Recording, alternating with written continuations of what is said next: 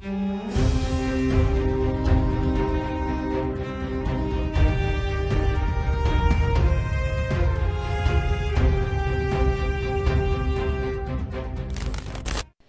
Messieurs, bonjour. Très heureux de vous retrouver ici, à la Porte de Versailles, à Paris, dans le cadre du Salon de l'Agriculture. Quelles ambitions pour notre agriculture. On va en parler avec Delphine Gay. Bonjour Delphine. Bonjour Jean-Paul. Très heureux de vous accueillir. Vous êtes présidente de l'UNIFA. L'UNIFA, c'est l'ensemble des producteurs de la fertilisation, de la nutrition des plantes et de la santé des sols. Face à vous, Nathalie Delattre. Bonjour. Bonjour Jean-Paul. Exactement. Bonjour Nathalie. Vous êtes sénatrice de la Gironde et aussi, je sais que vous êtes... viticultrice. Voilà, qu'est-ce que vous produisez ? Du rouge en Bordeaux-Cadillac. Bon, on aura l'occasion de parler de la situation de la viticulture, notamment en Gironde. Et juste à vos côtés, Arnaud Montebourg. Bonjour Arnaud. Bonjour Monsieur Jean-Paul. Alors c'est vrai qu'on parle du ministre, mais on doit surtout parler de l'homme qui a la capacité à développer des entreprises et à bousculer le monde agricole. Et on aura l'occasion d'y revenir. Alors, on l'a vu, ce salon est quand même, bouleversé par le fait qu'il y a des injonctions contradictoires qui sont faites à l'agriculture. Et puis l'agriculture a du mal à choisir son modèle. Arnaud, par exemple, est-ce que le monde agricole a choisi le type d'agriculture pour la France ? Toujours pas. D'ailleurs, le débat, je trouve, est assez chaotique puisque nous n'arrivons pas finalement à nous parler. Et les injonctions contradictoires, ce sont des demandes contradictoires de la société. Les consommateurs, ils veulent payer pas cher la nourriture, l'alimentation, et ils veulent une alimentation de qualité, environnementalement exceptionnelle, mais ça a un prix, donc avec des rendements moins élevés. Donc ça, cette injonction-là contradictoire, c'est le cerveau du consommateur qui n'est pas encore tout à fait recollé. Il est découpé en deux places. Alors, c'est ce travail-là que doit faire le leadership politique, c'est-à-dire mettre les gens autour de la table, mais surtout essayer de comprendre comment on fait des compromis. Alors moi, je suis pour une agriculture vivrière, autoproductrice pour nos besoins. D'ailleurs, l'intérêt d'un pays, la puissance d'une nation, c'est qu'elle répond à ses propres besoins par ses propres moyens. C'est sa puissance, son indépendance, sa liberté, sa souveraineté. Mais évidemment, comme vous le voyez, nous importons 65% des fruits et des légumes. Dans l'industrie comme dans l'agriculture, nous avons perdu des pans entiers de nos capacités de production. Et la France, aujourd'hui, ne produit plus assez par rapport à ce qu'elle consomme. Donc nous consommons à crédit. Exemple, un chiffre, la balance commerciale, moins 156 milliards. Je crois que depuis que la France existe, on n'a jamais eu un record aussi terrible sur notre balance commerciale, dans notre capacité à produire pour nous-mêmes. Donc on importe quasiment tout, dans l'industrie, les médicaments, des choses fondamentales. Donc il faut se remettre au travail et retravailler. Donc la question du modèle économique qu'on va choisir, agriculture vivrière, agriculture exportatrice. On voit bien qu'il y a des fractures dans le monde agricole, dans le syndicalisme agricole, dans le discours agricole, dans les représentants politiques qui défendent l'agriculture, avec tous la même bonne foi d'ailleurs, à juste titre. Il faut donc, pour moi, faire coexister deux modèles et l'assumer. Il y a un modèle exportateur qu'il faut préserver. On en a besoin de vendre du blé. On est une puissance céréalière. On ne va pas laisser ça à la Russie, à l'Ukraine, aux États-Unis, au Canada. Il y a une agriculture vivrière qui s'est écroulée parce qu'elle n'est pas compétitive et puis parce que le consommateur ne veut pas payer ou ne peut pas payer. Donc cette prise de conscience doit se construire dans un compromis. Donc vous ne donnerez pas les mêmes subventions de la PAC aux uns et aux autres. C'est ça qu'il faut arbitrer. Donc ça passe pour moi par une renationalisation de la PAC, c'est-à-dire où on est capable de dire ça moi je prends, ça je prends pas parce que c'est notre stratégie compétitive, y compris à l'intérieur de l'Union européenne. Alors je sais que j'ai brandi un drapeau rouge, la nationalisation de la PAC, mais c'est ce qu'on a commencé à faire. Oui, c'est déjà un peu la réalité. Bon, il faut aller au bout. Nathalie Delattre, votre avis ? Écoutez, je viendrai en complément de ce qui a été dit. Je crois que, en fait, l'agriculture, depuis des générations, c'est pas un métier, c'est une passion. Mais on est allé trop loin, effectivement, dans la demande qu'on peut avoir vers nos agriculteurs. C'est-à-dire que, effectivement, pour eux, c'était produire, nourrir, une fierté. Et le consommateur, parce qu'on parle des distributeurs, on parle des intermédiaires, certes, mais au bout, c'est le consommateur qui a le choix et qui peut agir. Et le consommateur est allé trop loin, puisque maintenant, on traite nos agriculteurs de pollueurs. Je suis bien placée pour le savoir en tant que viticultrice, en tant que tueurs.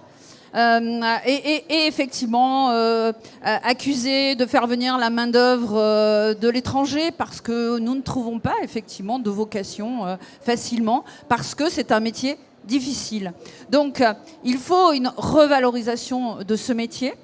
Il faut que cela passe par une reconnaissance du consommateur pour enfin, effectivement, avoir retrouvé cette fierté et de cette passion. Et il faut trouver l'équilibre, le bon équilibre. Parce que la vocation première des agriculteurs, c'est de nourrir. Nourrir bien, certainement, mais nourrir. Donc, oui, on a voulu faire du manger sain, manger bien. Mais il y a quand même pas mal de gens à nourrir sur la planète. 10 milliards. Il y a des gens qui, aujourd'hui, ne mangent pas à leur faim. Donc, toujours le problème de la fin du monde, la fin du mois. Il faut retrouver le bon sens paysan. Et c'est des modèles économiques. Le modèle économique, je lis beaucoup de tribunes qui disent ça passe par des grandes exploitations, etc. Moi, je suis très fière d'avoir aussi des exploitations familiales. Je crois qu'il faut qu'on retrouve de l'humain. Il y a toutes les tailles d'exploitation, toutes les configurations qui peuvent arriver. Aujourd'hui, quand on parle de simplification, les agriculteurs parlent de simplification. Oui, c'est plutôt aussi un appel à remettez-nous de l'interface, de l'humain, de la compréhension, qu'on puisse avancer pour effectivement arriver à nourrir notre population. Là où on n'est pas du tout souverain, c'est bien les engrais, les fertilisants. Et exactement. Aujourd'hui, on a une grande famille de la fertilisation. Je vais vous donner un chiffre pour aller dans le sens de Monsieur le Ministre. Il y a 40 ans, on produisait en France 65% de nos besoins en engrais organiques, engrais minéraux. 40 ans après, on produit seulement 35% de nos besoins. C'est-à-dire qu'on a laissé se désindustrialiser la France alors que la fertilisation est un acteur clé. Nous répondons à la diversité des agricultures, des besoins des plantes. Et cette diversité aujourd'hui à l'UNIFA, avec l'ensemble de cette grande famille, j'aime parler d'une grande famille, on a décidé d'avoir une autre approche pour justement répondre à ces enjeux environnementaux qui sont clés, qui sont urgents, mais également aux besoins de nos agriculteurs de vivre de leur métier.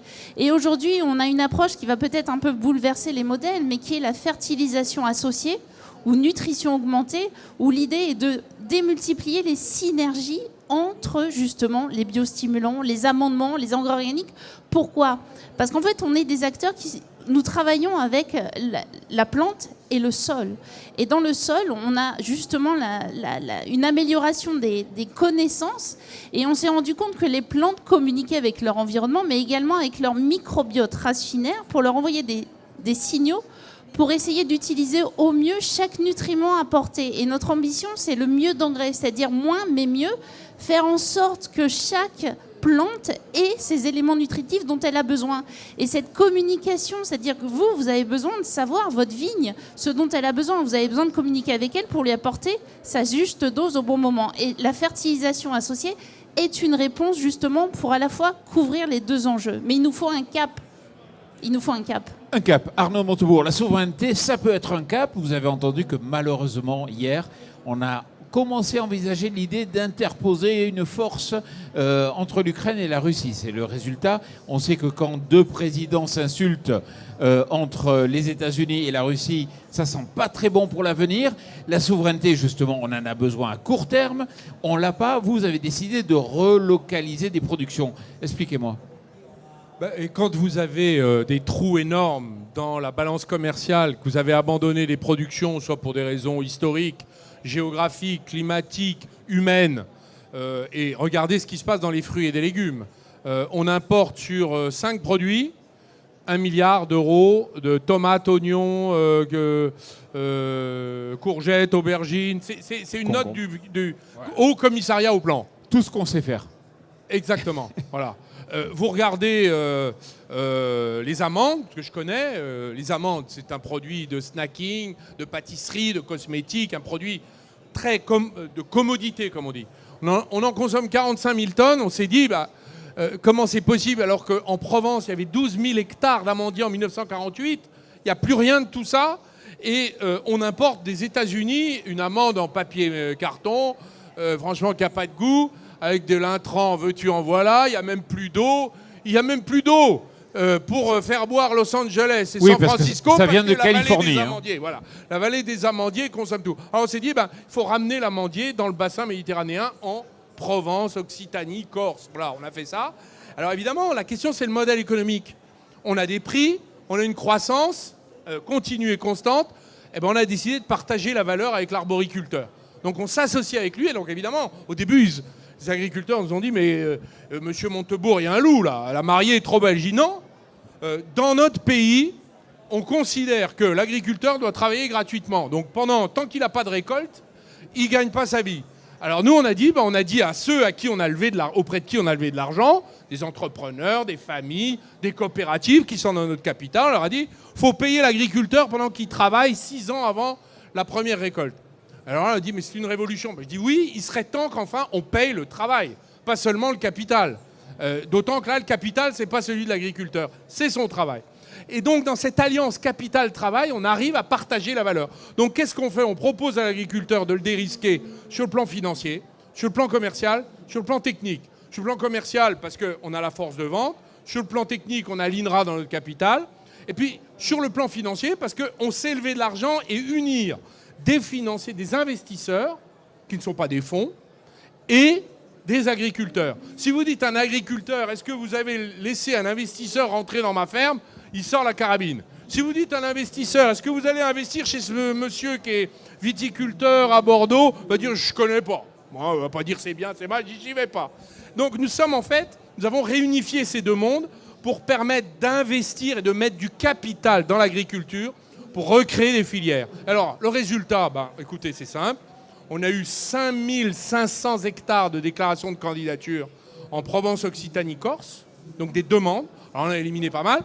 On a planté 300 hectares, il y en a 300 en cours, et on est en train, autour de notre usine, qui est notre casserie, qui va permettre de tracer, qualifier pour les marchés internationaux, la grande distribution, donc permettre, y compris aux petits producteurs qui ont 1 hectare, 2 hectares, qui l'ont fait personnellement, que nous, on ne pouvait pas faire, de les fédérer, de les qualifier, et de leur donner un débouché commercial à un bon prix Made in France. Voilà. C'est-à-dire, concrètement, si 5 € c'est le prix d'achat aujourd'hui au niveau international en France, mon associé va me laisser donner les prix, mais enfin, on est au double du cours mondial. D'accord. Pourquoi? Parce que la qualité? Parce que le local? Mais parce que l'amande française et les variétés françaises issues de l'INRA, d'abord, elles sont goûtues, elles sont charnues, elles sont dodues, ces amandes. Vous en parlez très bien. Et surtout, elles ont du goût. La France, c'est le goût. Voilà. Et on n'en a pas aujourd'hui. Et alors, je vais vous dire ce qui se passe. Vous avez fait de récolte, il y en a pas ici. On a tout mangé dans le métro. Alors, attendez, je vais vous dire un truc. Et surtout, ce qui est intéressant, c'est que les autres filières commencent à dire c'est un modèle de partage de la valeur. On s'associe avec le paysan pour aller gagner de l'argent ensemble. Donc, c'est un modèle qui intéresse le pruneau, la noisette. Ils commencent à venir de moi et me disent mais comment on pourrait faire? Je dis les gars, les journées donc 24 heures, mais c'est intéressant de commencer à imaginer des produits de reconquête de notre balance commerciale. Mais on sait que ça marche, le Beaufort, c'est ça. Enfin, le prix du lait est vendu le double du prix du lait en Bretagne. Le comté, voilà, par exemple, tout ça. Donc, etc. Il faut maîtriser l'outil de production. Et vous avez la casserie qui va bientôt naître. Alors, nous avons le permis de construire. Nous avons acheté le terrain. Nous avons levé les sous qui nous permettent. Nous avons trouvé même les banques qui ne sont pas les banques ici. Les banques qui ont... Pour financer Donc, ça y est. À la fin de l'année, on aura un outil de transformation. On relocalise de l'Espagne vers la France. Et au prix espagnol. Arnaud, il faut laisser un peu de temps de parole. Nathalie, par contre, comment je vais dire ça? À Bordeaux, on arrache de la vigne. On ne va pas dans le bon sens, là. C'est pas possible. Et oui, parce qu'à un moment donné, on a donné trop d'autorisation de plantation. Donc, nous sommes en surproduction. Et donc, à un moment donné, il faut avoir une stratégie de filière. Alors, la filière viticole est complexe puisqu'on a des terroirs différents. À des moments, la Bourgogne marche bien, la Champagne marche bien, le Sud-Est marche un peu moins bien. En ce moment, les premiers à rentrer dans la crise, et on aurait voulu être les seuls, malheureusement, nous ne serons pas les seuls, mais les premiers à rentrer dans la crise, c'est le Bordeaux. Donc nous avons un plan ambitieux de redressement de filière et de l'image du Bordeaux, donc d'arrachage des vignes. D'abord parce que aussi nous avons un renouvellement de génération, et tant mieux, parce que je crois que dans notre agriculture de demain, nous avons des jeunes qui sont attirés parce que nous avons une excellence dans l'enseignement agricole. Et il faut le dire et le redire. Mais ces jeunes apprennent à compter, ces jeunes savent quel est leur coût de revient, ces jeunes sont dans une société où on parle de 35 heures, d'innovation technologique, etc. Ils ont la passion de l'agriculture, mais ne sont pas prêts à endurer ce que leurs aînés ont enduré. Donc effectivement, il faut arriver à pouvoir aujourd'hui leur vendre un modèle qui marche, d'où notre plan de filière. Donc l'arrachage, il va se faire essentiellement sur les plus de 65 ans, qui n'ont pas trouvé de repreneurs, qui vont généralement donner ou vendre leur viticulture ou le fruit de leur travail à la coopérative du coin. Donc, et c'est l'occasion pour eux d'arrêter et d'avoir une retraite décente et de pouvoir effectivement sortir de cette production viticole. Donc, moins de vignes, effectivement, pour ne plus être en surproduction. Et puis ensuite... planter à la place. Alors pour l'instant, Les amandes. Ce que l'on va planter à la place. Alors l'arrachage a été, parce que c'est toujours contraint d'imaginer des nouveaux plans de financement, parce que nous sommes très regardés par l'Europe, un peu trop regardés par l'Europe. Et donc, du coup, aujourd'hui, sur le plan bordelais, puisqu'il va être négocié différemment au niveau français, mais nous, aujourd'hui, on a négocié un plan avec la filière, puisque la filière met au pot donc 6 000 € l'hectare arraché, en contrepartie en tout cas en contrepartie d'installation de jachères. Donc en fait, on neutralise le sol pendant quelques années pour laisser le temps de voir comment cette surproduction ou cette régression de production, c'est très dur de devoir le faire. Actuellement. Mais donc, arrachage, donc, on va essayer de réguler notre production et puis relancer l'export, puisqu'on sait qu'on est quand même très chahuté, puisqu'on est plus grand terroir, donc on produit beaucoup et donc on va chercher des marchés de masse qui sont les États-Unis, mais avec toujours des problématiques de dommages collatéraux avec Boeing, Airbus, puisque les tensions, voilà. globale. Ensuite, on voit bien les Chinois aussi qui nous mettent à mal. Donc, essayer d'ouvrir d'autres marchés, mais il faut qu'on persiste sur ces marchés de masse. Relancer la consommation en France, parce que ça aussi, consommer local, ce serait sympa. Donc, de consommer nos vins, parce qu'on voit bien qu'on a une décroissance de la consommation. Et tout ça à l'aide de l'innovation et de la recherche, parce qu'il faut aussi que l'on arrive à produire avec les aléas climatiques. 3 minutes, il nous reste 3 minutes Je pense que... à partager. Non, je pense que là, on a la clé. On a la clé, quand on vous entend, et en tout cas quand on voit les acteurs de la fertilisation, la clé, c'est l'approche filière. Et on a cette chance en France d'avoir une organisation filière qui fonctionne. On est le pays où on a la plus forte rapidité d'intégration d'innovation. Aujourd'hui, nous, les industriels de la nutrition des plantes, on a des solutions pour justement diversifier. On s'adresse à toutes les agricultures et c'est cette force qu'il faut conserver. On a des solutions, il faut les intégrer rapidement. Et je pense que le cap qui avait été donné par l'Europe, qui est mis à mal aujourd'hui, le projet Green Deal, il faut qu'en France, par cette approche filière, concrètement, pourquoi ça marche au niveau des amendes, c'est qu'il y a cette communication, cette fluidité. Et on l'a, je sais qu'on a des adhérents de l'UNIFA qui travaillent sur le plan de sauvegarde du vignoble languedocien parce qu'on a des solutions concrètes, spécifiques, sur mesure à apporter aux producteurs. Et je pense que ces plans filières, il faut les valoriser, il faut les intégrer, il faut les développer et il faut les soutenir. Et c'est la solution quand on vous entend tous les deux, et en tout cas par rapport à ce que nous faisons avec l'ensemble des filières agricoles. Delphine Gay, merci beaucoup. Arnaud Montebourg, merci beaucoup. Un mot. Alors un mot. Un mot. Un mot. Les énarques qui font de la macroéconomie. Ouais. Là, il faut faire de la microéconomie. Ouais. C'est-à-dire Du territoire. prendre les produits, les uns après les autres, et les remonter. Et investir et remonter la balance commerciale comme ça. Il y en a pour 10 ans, mais franchement, on est capable de le faire. On a fait bien pire. Bien mieux. Bien mieux. Nathalie Delattre, merci beaucoup et puis bonne chance Merci à vous et au soyons vignoble fiers de nos bordelais. agriculteurs. Merci à vous et puis surtout merci à vous.